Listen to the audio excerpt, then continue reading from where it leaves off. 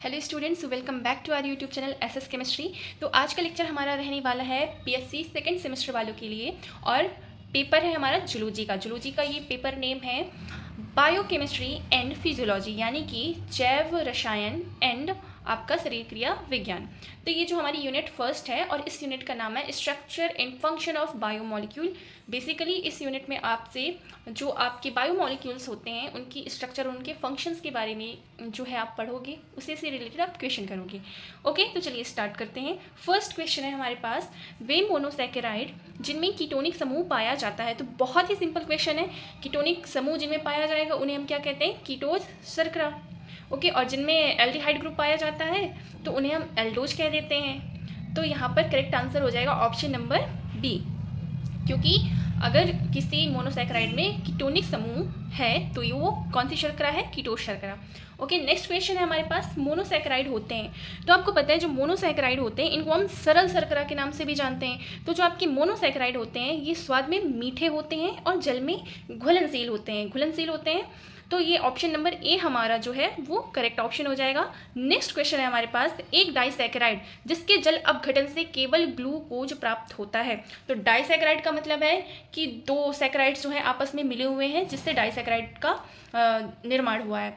जब आप उस डाइसैकेराइड का जल अपघटन करते हो तो आपको केवल ग्लूकोज मिलते हैं। किससे मिलते हैं? फ्रक्टोज। आपको पता है कि फ्रक्टोज क्या है? मोनोसैकेराइड। जो माल्टोज है ये हमारे पास डाइसैकेराइड है और ये दो ग्लूकोज के मिलने से बनता है। तो इसका ऑप्शन नंबर बी, इसका आंसर क्या हो जाएगा? Option number B. और जो सुक्रोज होता है हमारा वो ग्लूकोज और फ्रक्टोज के मिलने से बनता है। अगर आप सुक्रोज का हाइड्रोलिसिस करते हो तो आपको फ्रक्टोज और ग्लूकोज के एक एक मॉलिक्यूल प्राप्त होते हैं। और जो आपका लैक्टोज होता है वो ग्लूकोज और गैलेक्टोज से मिलकर बना होता है। याद रखिएगा, ये भी क्वेश्चन आपसे पूछे जा सकते हैं कि इनमें लैक्टोज में इनके मोनोमर्स क्या हैं, या फिर इनके जो है अगर आप लैक्टोज का जल अपघटन करते हो तो आपको क्या मिलेगा? तो क्या मिलेगा? ग्लूकोज और गैलेक्टोज। और सुक्रोज के जल अपघटन से क्या मिलेगा? ग्लूकोज और फ्रक्टोज। और फ्रक्टोज तो आपका मोनोसैकेराइड है। ओके, तो नेक्स्ट क्वेश्चन है हमारे पास, निम्नलिखित में से एक पॉलीसैकेराइड है। इनमें से ये जो आपके ऑप्शंस हैं इनमें से कौन सा एक पॉलीसैकेराइड है? ग्लूकोज ये क्या पॉलीसैकेराइड है? बिल्कुल भी नहीं, ये हमारा एक मोनोसैकेराइड है। और माल्टोज ये हमने अभी देखा, ये एक डाइसैकेराइड है। और लैक्टोज का भी मैंने आपको बताया, ये भी एक डाइसैकेराइड है। तो कौन सा ऑप्शन बचता है हमारे पास? Option number B. तो यहाँ पर ऑप्शन नंबर बी आपका करेक्ट आंसर हो जाएगा। यानी कि जो आपका ग्लाइकोजन है वो एक प्रकार का पॉलीसैकेराइड होता है, क्योंकि जो ग्लाइकोजन होता है वो बहुत सारे ग्लूकोज के मॉलिक्यूल्स के मिलने से बनता है। और आपके लिए एक क्वेश्चन कि जो हमारी बॉडी है या फिर किसी भी जंतु की जो बॉडी होती है उसमें जो है ग्लूकोज के स्टोर्ड फॉर्म को क्या कहते हैं, यानी कि हमारी बॉडी में ग्लूकोज किस फॉर्म में स्टोर होती है। अगर कोई भी बच्चा कॉमन सेंस लगाएगा ना इसका आंसर आराम से दे देगा। तो इसका आंसर मुझे आपसे कमेंट बॉक्स में चाहिए। ओके, नेक्स्ट क्वेश्चन है हमारे पास कार्बोहाइड्रेट। हमारे पास क्वेश्चन नंबर 5 क्या है क्वेश्चन? कार्बोहाइड्रेट का सामान्य एकलक अणु है, यानी कि जो कार्बोहाइड्रेट होते हैं उनका एक सामान्य मोनोमर क्या होता है? ग्लूकोज या फिर माल्टोज या फिर एमिनो अम्ल या फिर फास्फोलिपिड। तो आपको ऑप्शन नंबर ए सीधे ही आपको करेक्ट दिख रहा है कि ग्लूकोज एक सरल मोनोमर होता है। क्यों? क्योंकि डी जो ऑप्शन नंबर बी है आपका माल्टोज, आपको पता है ये एक डाइसैकेराइड है, तो ये तो मोनोमर है ही नहीं, ये खुद दो मोनोमर्स यानी कि दो ग्लूकोज के मिलने से बना हुआ है। और जो एमिनो अम्ल है ये तो कार्बोहाइड्रेट ही नहीं है। और जो फास्फोलिपिड है ये भी आपका एक लिपिड है, कार्बोहाइड्रेट नहीं है। तो यहाँ पर ऑप्शन नंबर ए यानी कि ग्लूकोज हमारा करेक्ट ऑप्शन हो जाएगा। नेक्स्ट क्वेश्चन है हमारे पास, ग्लाइकोजन बहुलक है। तो अभी मैंने ऊपर आपको बताया कि ग्लाइकोजन किसका बहुलक होता है, तो यहाँ पर आपका ऑप्शन नंबर बी ग्लूकोज सही ऑप्शन हो जाएगा। ओके, नेक्स्ट क्वेश्चन है हमारे पास, सेलुलोज होता है। तो सेलुलोज क्या होता है? प्रोटीन होती है? बिल्कुल भी नहीं। क्या ये एक द्रव होता है? बिल्कुल भी नहीं, काट दीजिए इसे। और सी ऑप्शन है पॉलीसैकेराइड। तो यस, जो आपका सेलुलोज होता है वो एक पॉलीसैकेराइड होता है। आपको पता है जो प्लांट्स होते हैं हमारे, प्लांट्स की सेल वॉल किससे बनी होती है? सेलुलोज से। ओके, नेक्स्ट क्वेश्चन है हमारे पास क्वेश्चन नंबर 8, नाइट्रोजन युक्त पॉलीसैकेराइड का उदाहरण है। इसमें से कौन सा पॉलीसैकेराइड है जिसमें नाइट्रोजन पाई जाती है? काइटिन आप सबने पढ़ा होगा, अगर आपने कभी एनसीईआरटी की बुक पढ़ी हो, क्लास 11th की एनसीईआरटी, उसमें जो आपका फाइलम वाला चैप्टर है उसमें आपको दिया हुआ है आर्थ्रोपोडा फाइलम पे कि जो आर्थ्रोपोड में जो इंसेक्ट्स होते हैं उनके जो कंकाल या फिर जो बाहरी आवरण होते हैं वो काइटिन के बने होते हैं। और ये जो काइटिन होता है वो नाइट्रोजन युक्त पॉलीसैकेराइड होता है। तो इसका करेक्ट ऑप्शन क्या हो जाएगा? काइटिन। ओके, नेक्स्ट क्वेश्चन है हमारे पास, ग्लाइकॉन कहा जाता है। तो ग्लाइकन किसे कहा जाता है? जो आपके पॉलीसैकेराइड्स होते हैं उनको ही हम ग्लाइकन कह देते हैं। ठीक, तो यहाँ पर ऑप्शन नंबर डी जो है हमारे पास करेक्ट ऑप्शन हो जाएगा। नेक्स्ट क्वेश्चन है हमारे पास क्वेश्चन नंबर 10। तो कोलेस्ट्रॉल क्या है, यहाँ पर पूछा गया है जो आपका कोलेस्ट्रॉल होता है वो क्या होता है। एक बात और, आपको आंसर्स दिख रहे हैं तो आपको चीटिंग बिल्कुल नहीं करनी। आप एक बार क्वेश्चंस देखिए और फिर वीडियो को पॉज करिए और आंसर खुद से करिए, खुद से सोचिए एक बार, और मैं आपको आंसर बता रही हूँ, साथ ही साथ उस आंसर को और क्वेश्चन को भी साथ के साथ एक्सप्लेन करती जा रही हूँ। तो जो भी मैं आपको क्वेश्चन करा रही हूँ वहाँ से भी अगर उससे रिलेटेड कोई क्वेश्चन बनता है तो आप आराम से कर पाओगे। तो कभी भी जो भी आपकी यूनिवर्सिटीज़ में मोस्टली इवन सेमेस्टर की जो एग्ज़ाम्स होते हैं मोस्टली यूनिवर्सिटीज़ में MCQ बेस्ड ही होते हैं। तो जब आप MCQ बेस्ड पेपर के लिए प्रिपरेशन करो तो हमेशा ये नहीं क्योंकि BSc कर रहे हो आप तो सिर्फ आपने MCQ उठा के प्रैक्टिस कर लिए। आप टॉपिक को बहुत अच्छे से पढ़ो, उससे रिलेटेड सारे क्वेश्चन ताकि आपसे बन जाएं। बहुत ज़्यादा हार्ड लेवल आता नहीं है, बहुत ही बेसिक लेवल के क्वेश्चन पूछे जाते हैं। अगर आपने कभी भी बहुत अच्छे से पढ़ाई करी होगी तो आप बहुत अच्छे से अपना पेपर कर पाओगे। बस आपके जो क्वेश्चन पेपर का लेवल होता है बेसिक ही होता है, बहुत कम एक आधी क्वेश्चन होंगे जो बहुत हार्ड पूछे गए हों, कभी ऐसा नहीं होता, बहुत ईजी पेपर होता है। तो टेंशन बिल्कुल नहीं लेना, आराम से पेपर देना, ठीक है। तो क्वेश्चन नंबर 10 है हमारा, कोलेस्ट्रॉल है।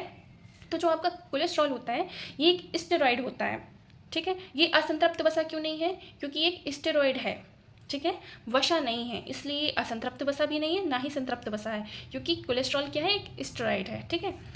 नेक्स्ट क्वेश्चन है हमारे पास, प्रत्येक वसा अणु निर्मित होता है, जो प्रत्येक आपका फैटी एसिड होता है वो किससे बना होता है। तो जो आपके फैटी एसिड होते हैं वो एक ग्लिसरॉल अणु और 3 वशीय अम्ल अणु से मिलकर बने होते हैं। जो आपके वशीय अम्ल होते हैं उनकी वो एक बहुत बड़ी कार्बन की चैन होती है। स्टार्टिंग उसकी होती है किससे, कार्बोक्सिलिक समूह से, और फिर बहुत बड़ी कार्बन चैन होगी और एंड किससे होगी, एक CH3 समूह के साथ। तो यही जो आपके वशीय अम्ल होते हैं यही संतृप्त और असंतृप्त होते हैं।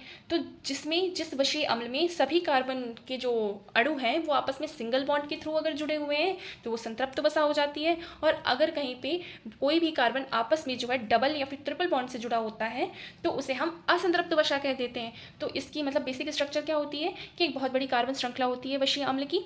स्टार्टिंग कहाँ से होती है, एक COOH ग्रुप से, और एंड का होता है CH3 पे, ठीक है। और ग्लिसरॉल का तो आपको पता ही है, CH2OH CHOH CH2OH, ये एक ट्राईहाइड्रिक एल्कोहल होता है ग्लिसरॉल।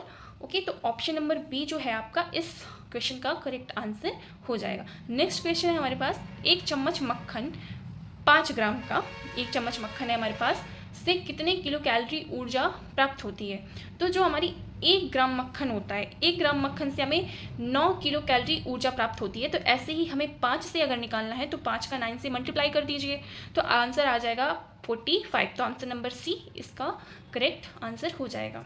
ओके, नेक्स्ट क्वेश्चन है हमारे पास, क्वेश्चन नंबर 13, मोम वशीय अम्लों व निम्न के एस्टर हैं।